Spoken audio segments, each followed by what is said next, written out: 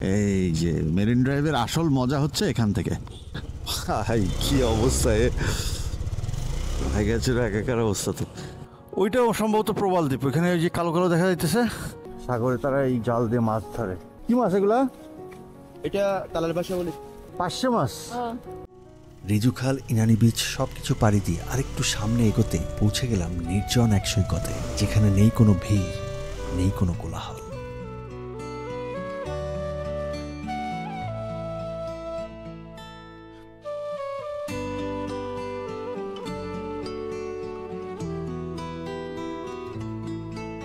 একটা স্কুটার বা দুচাকার বাহন যাই বলেন না কেন, একজন মানুষ যে কিনা পেশাগত জীবনের চাপ, সংসারের দায়িত্ব সবকিছুর ভিড়ে নিজের সত্তাকে হারিয়ে ফেলেন, সেই মানুষটাই যখন একটা স্কুটারকে তার সঙ্গী করে নেয়, সে যেন হয়ে ওঠে এক মুক্ত বিহঙ্গ।